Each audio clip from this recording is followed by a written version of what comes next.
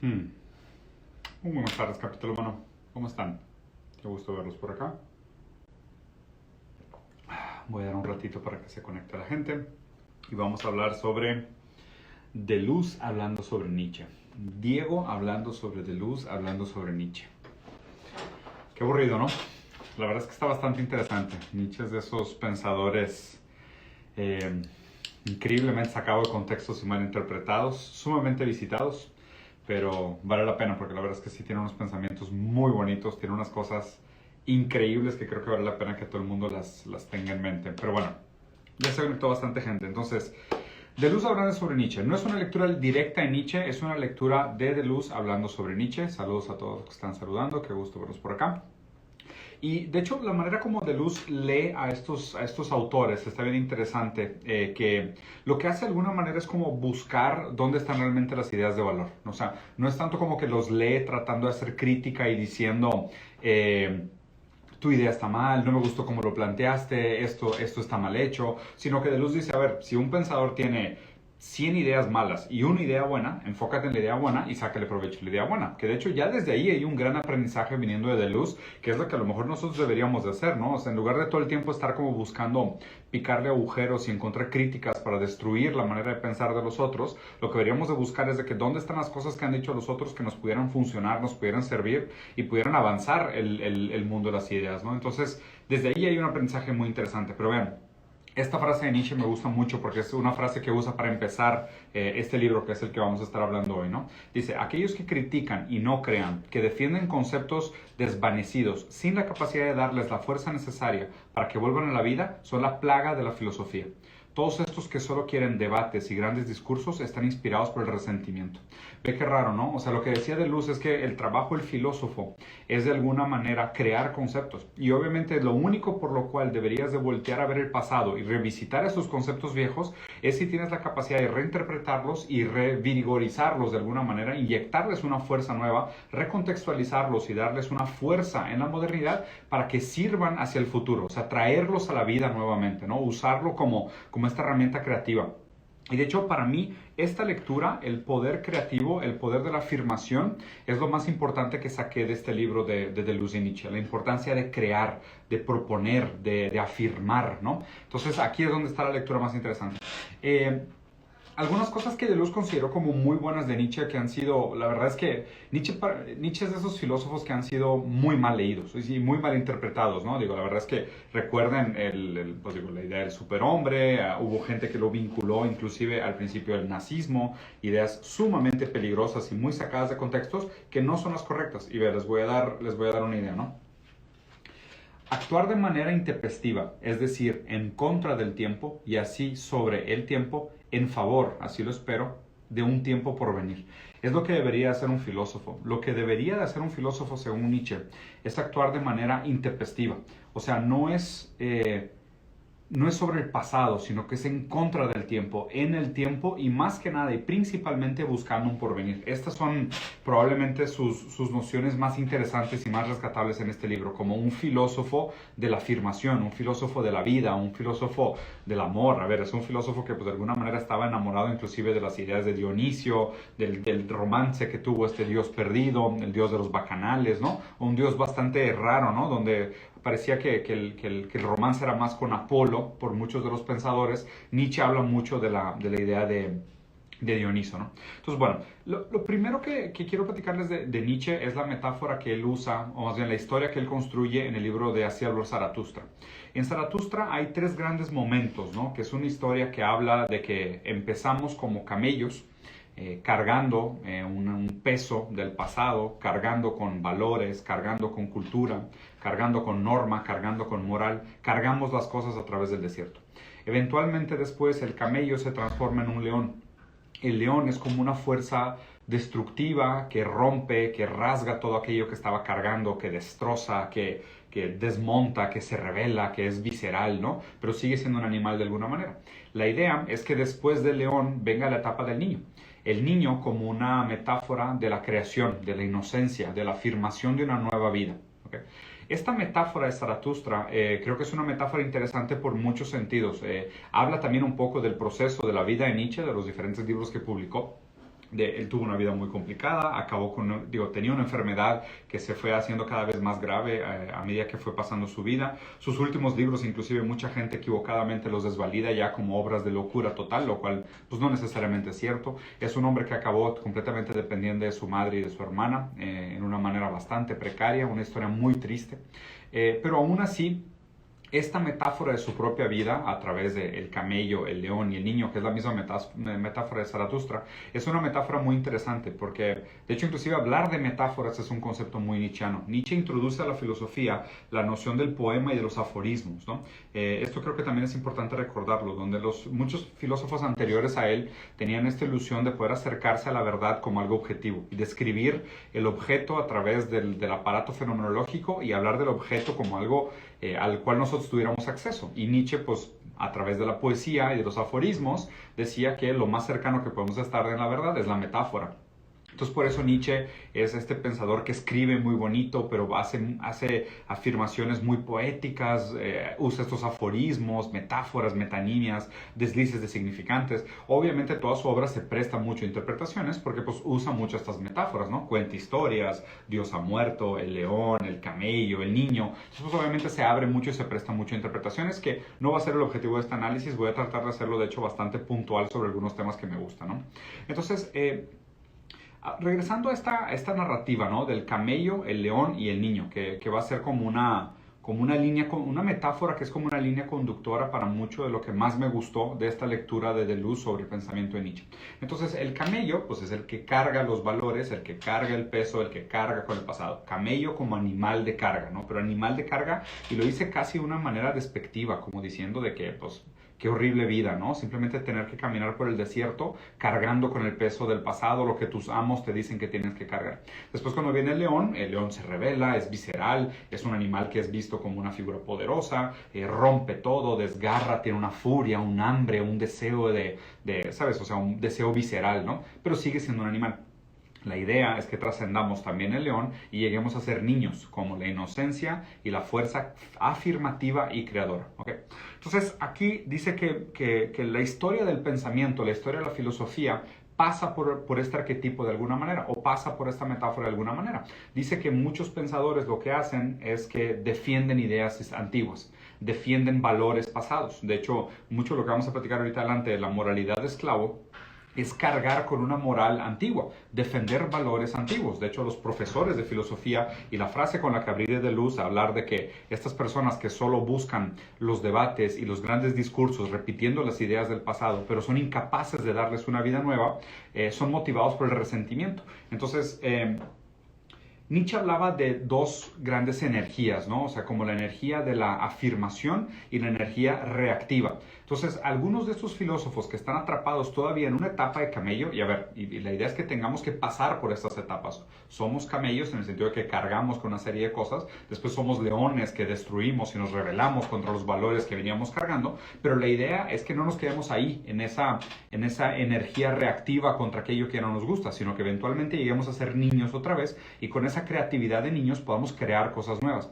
Él habla de la filosofía como hay todos estos profesores de filosofía que se quedan atrapados en repetir las mismas ideas, en solo defender las mismas ideas como lo fueron. Es de que si Aristóteles dijo esto, entonces vamos a defender la lógica y la ética de Aristóteles como tal. Y a ver, y no quiere decir que no los tengamos que estudiar. Por supuesto se tienen que estudiar, se tienen que leer las ideas antiguas, pero no te puedes quedar ahí. Si lo único que vas a hacer es traer estas ideas antiguas a la modernidad sin criticarlas y sin inyectarles la fuerza necesaria para que surjan como una vida nueva, lo único que estás haciendo es actuar por resentimiento. Y esta palabra resentimiento me parece muy, muy interesante. La he escuchado mucho como crítica, ¿no? A la gente de hecho, como crítica a los críticos. Dicen que si tú te quejas de tu condición de vida, de la desigualdad, del malestar, de las condiciones del mundo hoy, te dicen resentido. Pero fíjate que no me había puesto a interpretar la palabra resentido. Resentir, pues tiene que ver con sentir de nuevo. Tiene que ver con un eterno retorno de una situación anterior. Los resentidos son aquellos que están atrapados en una condición anterior y como camellos cargan con una idea de moral, cargan con una idea de lo bueno, de lo noble, de la virtud y la quieren vivir nuevamente, quieren constantemente estar atrapados en ese ciclo de vivir nuevamente esos deseos, son resentidos, o sea, están atrapados en el goce del resentimiento, de volver a sentir aquello que ya sentían. Para hablar un poco de Nietzsche, me gustaría hablarles también de los tres tipos de diferencia que existen en la filosofía. Y de hecho, si les interesa este tema, los tres tipos de diferencia, les recomiendo el video de Plastic Pills, que es el chavo este canadiense con el que platiqué hace poco, un PhD en filosofía, que es muy bueno. Y cuando se habla de la historia de la diferencia, al principio se entendía la diferencia como, bueno, pues existe el objeto A, objeto B, y el objeto A, como no es igual al objeto B, tiene que tener una serie de diferencias, ¿no? Entonces, pues aquí entraríamos a muchas cosas como los modos, la sustancia, ¿no? Como hablaba Spinoza, de que solo existe una sustancia y una infinidad de modos de la misma sustancia, o no, son sustancias diferentes con diferentes modos, o los modos, las características primarias, las características secundarias, las afirmaciones de las cosas y demás. Pero bueno, el primer tipo de diferencia es una diferencia simple, de objeto A contra objeto B. El segundo tipo de diferencia en la filosofía fue el crecimiento o la proliferación del pensamiento dialéctico, que es el hegeliano. La idea de dialéctica es que no existe tal cosa como una diferencia entre los objetos, sino que más bien un árbol es una semilla. Una semilla potencialmente es un árbol en otro momento. Inclusive pasa con las ideas se transforman, pero siempre cargan en su esencia el potencial de ser todo lo otro. Entonces la idea de rebelión viene alimentada por ideas anteriores. Y la idea a futuro viene alimentada por todas las ideas anteriores. De hecho, el Zeitgeist de la dialéctica es este espíritu absoluto que eventualmente se va a concretar con la evolución de la idea de la humanidad a través de la dialéctica. Entonces la dialéctica de alguna manera como que niega la diferencia. La dialéctica lo que hace es que en el proceso de Ausschreibung, que es este proceso como de integración, síntesis, superación, las diferencias entre las cosas realmente se integran, ¿ok? Entonces, el primer tipo de diferencia era pues diferencia A y B, como pues hay algunas cosas similares, lo modal, la sustancia y demás. Después está la diferencia dialéctica, que es pues realmente no existen diferencias, sino que existen relaciones entre las tesis que después son puestas con un obstáculo. Este obstáculo se supera a través de un Ausschreibung y se va progresando o se va perfeccionando las ideas, ¿no?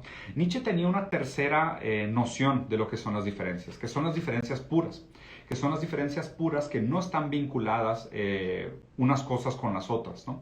Que dice que realmente para que las cosas existan, tienen una cierta voluntad de poder, o sea, para que un concepto exista en el mundo, tiene que ejercer en el mundo una voluntad de poder que lo diferencia de lo otro. Entonces no es que las cosas tengan solo esta diferencia dialéctica que es temporal o parte de un proceso, de una integración que se va a hacer sintética, No, sino que realmente la diferencia pura que afirma Nietzsche es que sí, o sea, a medida que un concepto tiene suficiente voluntad de poder para existir en el mundo, pues se distingue de todo lo otro. Y eso es lo que lo hace existir, esa afirmación, ¿ok?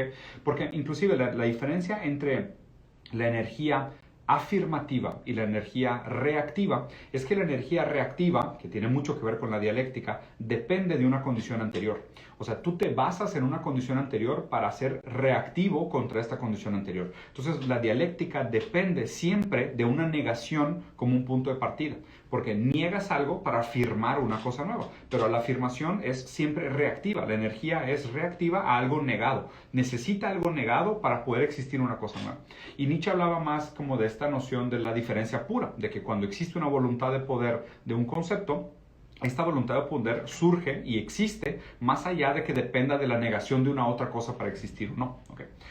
Voy a aplicar un poquito esto a la noción de Nietzsche cuando habla de la moralidad del esclavo. Okay. ¿Qué es la moralidad del esclavo? Cuando se habla de la inversión de los valores o nuestra intención o nuestra lectura de lo que está bien o lo que está mal, de lo que es la moral, lo que deberíamos de hacer, sobre todo hablando todavía de esta época del camello. Nosotros que nacimos sometidos a una serie de valores que nos anteceden, cargamos con los valores de la cultura. Es casi como que la cultura fuese un pasado que nos tocó. O sea, fue un pasado que heredamos. Naces y te enseñan lo que está bien y está mal. Tú cargas como camello con esa moral anterior. El tema de la moralidad esclava es bien interesante porque es casi como una inversión de la virtud, en el sentido de decir que la verdadera virtud es aquello que hacen los hombres libres, los superhombres, ¿no? La verdadera virtud es el vicio, el exceso, ¿sabes? La lujuria, la violencia, la ambición, que son cosas que realmente afirman la vida de alguna manera. ¿Okay? El problema es que los esclavos que están sometidos a los amos ven esas virtudes y las envidian, y al no poder acceder a ellas, porque están limitados por una serie de reglas sociales, condiciones históricos, cultura y demás, en lugar de decir, yo debería ser avaricioso, yo debería ser violento, yo debería ser, afirmativo, yo debería ser creativo, yo debería ser libre, yo debería ser irreverente, en lugar de decir, esos son los valores a los cuales yo debería aspirar, lo que hace la moralidad esclavo es que invierte esos valores y los transforma en... Esos son los valores que no quisiera tener. Entonces, como no puedo ser avaro, entonces soy humilde. Por ende, ser humilde es una virtud. Entonces, la moral de esclavo transforma la formación reactiva de la envidia de los verdaderos valores en las nuevas virtudes. ¿Okay? Entonces, como diciendo, lo que todo hombre debería de aspirar es a ser ambicioso. Pero como no todos podemos ser ambiciosos, la moral de esclavo nos dice que ser humildes es una virtud. ¿Okay? Bueno, obviamente, mucho el trabajo de Nietzsche cuando hablaba de la muerte de Dios, el anticristo, Gaia Ciencia, no sé, el nacimiento de la tragedia, en fin, mucho de su trabajo fue hecho en vías de la crítica del cristianismo, ¿okay? Porque el cristianismo perpetuó durante mucho tiempo, bueno, más bien solidificó y proliferó durante mucho tiempo esta moralidad de esclavo, que es bajo el cristianismo, sobre todo bajo la lógica judeocristiana, nosotros estuvimos sometidos a la moral de esclavo. Lo que hicimos durante mucho tiempo fue esta inversión de envidiar a la gente que realmente era libre, a la gente que realmente afirmaba la vida y creaba y hacía cosas nuevas, y nosotros a través de lo que hacíamos a través de la envidia es que transformábamos nuestra envidia de sus valores en resentimiento, y este resentimiento lo volteábamos al revés y lo transformábamos en una nueva virtud. Entonces, el deseo de ambición, a través de la envidia de que yo no puedo ser ambicioso, lo tengo que transformar en que no, ser humilde es el valor realmente al que todos deberíamos de aspirar, ¿ok? Entonces, aquí como para hacer como una conclusión, o sea, ¿qué es lo que propone Nietzsche, ¿no? Y regresando como a esta metáfora original de empezamos como camellos cargando esta moral de esclavo. La idea es hacer filosofía a martillazos, como lo hacía Nietzsche, romper y destruir todos estos valores tradicionales con los que venimos cargando, como un león. Entonces el león llega y dice, no, ser humildes no es un valor, lo que deberíamos aspirar todos es a la ambición, a la afirmación, a la voluntad de poder.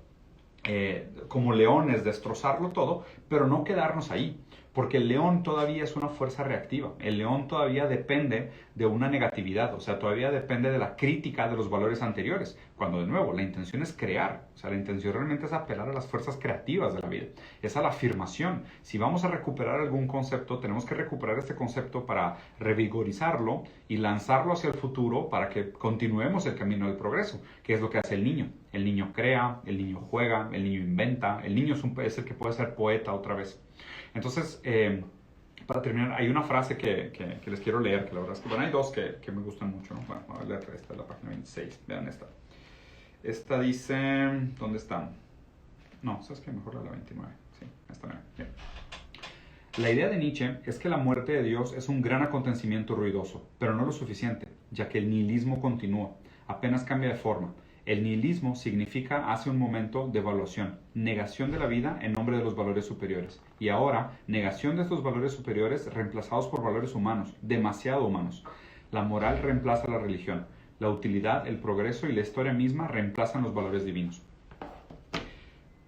Como camello, nosotros cargábamos con los valores cristianos. Como leones destrozamos los valores cristianos y dijimos que estaban mal. El problema es que pusimos los valores de la moralidad de esclavo en ese lugar. Entonces cuando afirma que Dios ha muerto, lo dice casi como con lástima, porque el problema es que matamos a Dios, pero pusimos al hombre en su lugar. Y el problema nunca fue el hombre y nunca fue Dios, sino el lugar. Eso es lo más pesado para mí de lo que he leído de esta obra de Deleuze interpretando a Nietzsche, que es cierto que muchas veces lo que hacemos es que quitamos una serie de valores antiguos porque nos damos cuenta en algún momento que lo que veníamos cargando era falso, era impuesto, era nada más que resentimiento o nihilismo, que es estar atrapados en este desierto de resentimiento y negación y como energía que niega lo otro en lugar de afirmar algo nuevo. Y nunca lo superamos, o sea, nunca somos capaces realmente de crear valores nuevos. Por eso, y me parece interesante, ¿no? Yo creo que dos de los filósofos favoritos de Deleuze, que Deleuze también es de mis filósofos favoritos, pero dos de los filósofos favoritos de Deleuze son Spinoza y Nietzsche. extrañamente, ¿no? Digo, tienen algunas cosas similares, algunas cosas muy diferentes. Yo creo que Spinoza más por el tema del panteísmo, y digo, no quiero salirme un apartado del uso ahorita, pero Nietzsche definitivamente por este valor creativo. Y es algo que a mí en lo personal creo que me ha hecho mucha falta. Creo que malamente, y a ver, también pues digo, lo he hecho de una manera muy equivocada y muy accidentada y autoguiada, que no es la manera correcta como se debería de introducir a esto, pero yo empecé a leer mucho sobre filosofía y muchos autores, probablemente con la actitud incorrecta. Digo, quiero suponer que todos tenemos que pasar por la etapa del camello, que es el que carga con los valores antiguos, la etapa del león, que es el que se revela y destroza todo, pero tenemos que llegar a ser niños. Esta es la idea, que tengamos el potencial de crear cosas nuevas y no todo el tiempo estar resentidos y adaptándonos a las nociones antiguas y tratando de defender conceptos antiguos. Entonces, y me queda perfecto este live, fíjense. Mañana me voy de vacaciones, voy a ir a Perú y luego me voy a ir a la Ciudad de México una semana. Y me voy a tomar un tiempo de redes sociales, muy saludablemente. Porque creo que estaba atrapado en simplemente destruir, como en una etapa de león, ¿no? O sea, como resentido, reviviendo valores antiguos, solo reafirmando ideas antiguas, sin inyectarles un valor nuevo. Y la verdad es que invariablemente que probablemente no esté listo para hacer ningún trabajo serio en el sentido de crear conceptos nuevos o inyectarle energía a conceptos viejos, me voy a dar la tarea de ser creativo de nuevo, de pensar nuevos formatos, nuevas formas, nuevos valores, nuevas virtudes, nuevas ambiciones, porque aparte me parece que el mundo en sí está atrapado en una etapa de o león o camello, donde los leones parecen ser los progresistas, que solo quieren destruir y criticar, y los camellos son los conservadores, que lo único que quieren hacer es mantener el status quo y los valores que venimos cargando de toda la vida. Y creo que deberíamos de ser todos un poquito más niños, como lo planteaba Nietzsche, un poco más creativos, un poco más poetas, un poco más bailarines, un poco más artistas, ¿no? Les dejo esta tarea, que piensen un poquito. Espero les haya gustado el video. Si llegaron hasta acá, píquenle a todos los botoncitos, compártanlos, ayuden, dejen comentarios. Luego lo subo a las otras plataformas también para que lo puedan ver. Y me voy de viaje, así que estaré un poco ausente. Probablemente no va a haber lunes de preguntas ni nada así, pero bueno, sirve que salgan a ver el mundo y se cuestionan sobre cómo deberían de ser ustedes también un poco más creativos, un poco más artistas, un poco más niños, ¿no? Seamos todos un poco más libres. Nos vemos. Adiós, capítulo número 1.